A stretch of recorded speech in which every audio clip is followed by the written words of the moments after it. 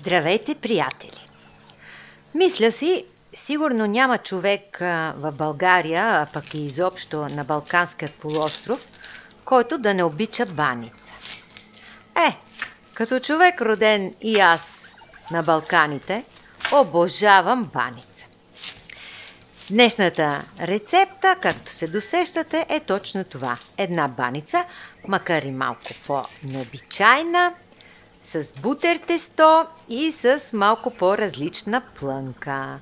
Ето я тук баничката, топла и уханна, току-що излязла от фурната.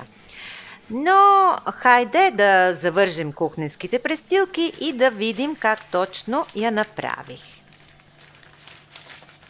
Бутер тестото е готово, купено от магазина, разточено на кора, така че няма да губим време да го правим у дома.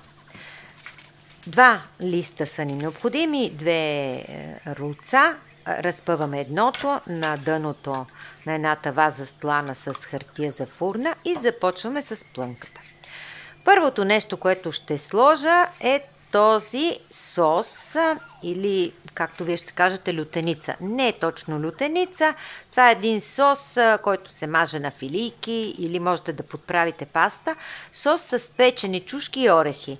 Стори ми се интересен, купих го и действително се оказа много вкусен. Затова реших точно с него да направя нашата баничка.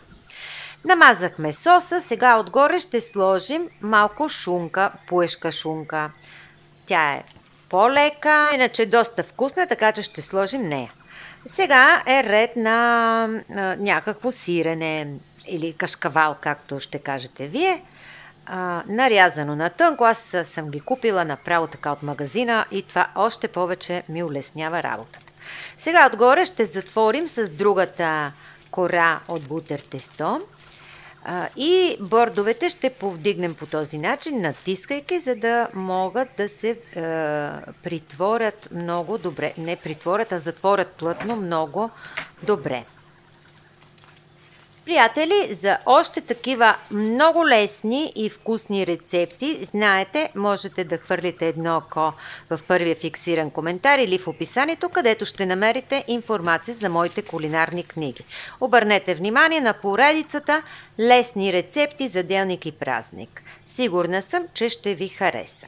Разгледайте и ако ви допадат, поръчайте.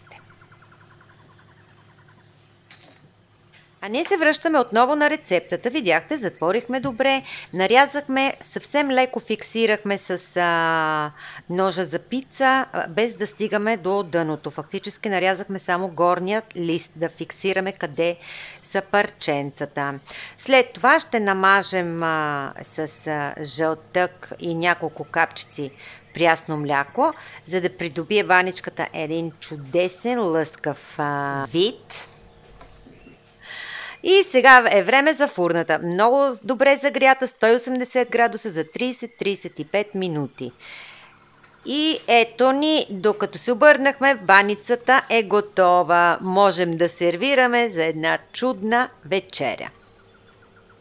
Приятели, това беше днешната ми идея. Надявам се, че този път ви е харесала. Ако е така, знаете си вече, лайк, коментирайте, споделете видеото с приятел, абонирайте се, хвърлете едно око в коментарите.